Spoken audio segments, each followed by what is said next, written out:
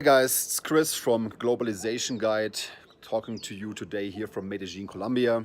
In this video, I want to explain to you the different tax system that exists in the world today. We'll start off with the most repressive tax system and move all the way down to the tax system that is the easiest and has the lowest burden for their citizens. The most complicated tax system to be under and to get out of is the so-called citizen-based taxation system. There are really only two countries in the world today that use this system. The first one, the most well-known, is the United States of America.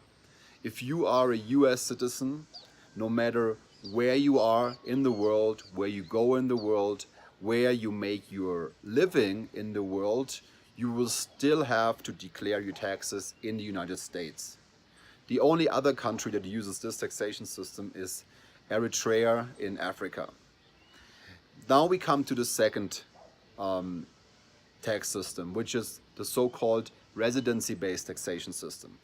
In a residency-based taxation system, you have to declare your worldwide income in the country of residence.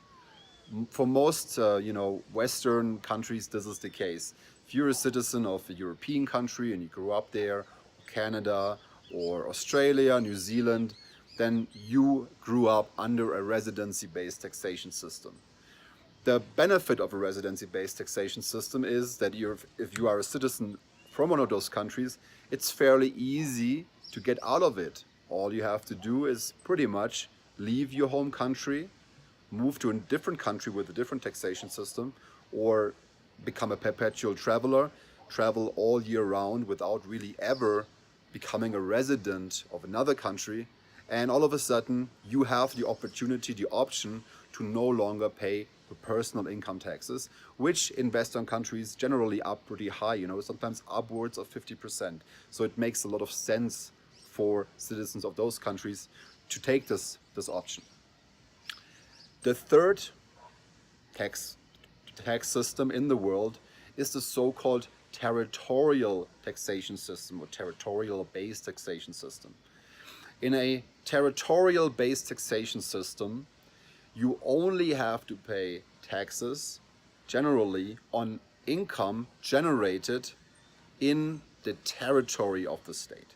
So let's say you live in a country that uses this taxation system, but you generate income through an online business in a different country, or you get earnings through, who knows, real estate or dividends or interests, capital gains that you generated in a different country. You don't have to pay taxes on those earnings in this country, in the country you're residing in with this territorial-based taxation system. Only if you were to operate a local business, for example, you would have to pay taxes for that local business. And then there are, even today, about 21 countries in the world that don't want any income tax, sometimes not any tax, any direct tax from their citizens or from the people who reside in that country. Now, generally, these countries generally fall into maybe one or two or three categories. Number one are, certain island states that don't charge any income tax, but have, otherwise quite high fees and so on. The category number two are these super rich Gulf states who have a wealth of oil and don't require or maybe even don't want to charge their citizens any taxes, sometimes for political reasons to maintain their power. These countries are not that interesting because it's generally extremely difficult as a non-citizen from those countries to really emigrate towards them, and in my opinion also in generally not really something you want to do. And then the third category of countries that don't charge any personal income tax, those could be countries like Somalia, like the Western Sahara, countries that are really, almost barely considered to be countries. They're not really stable countries, not really stable nations. So that's basically it. Those are the four tax systems that exist in the world today. Then there are some combinations of those, like the non-dom systems. It could be considered a mix of two of those taxation systems, the residency-based taxation system and the territorial-based taxation system.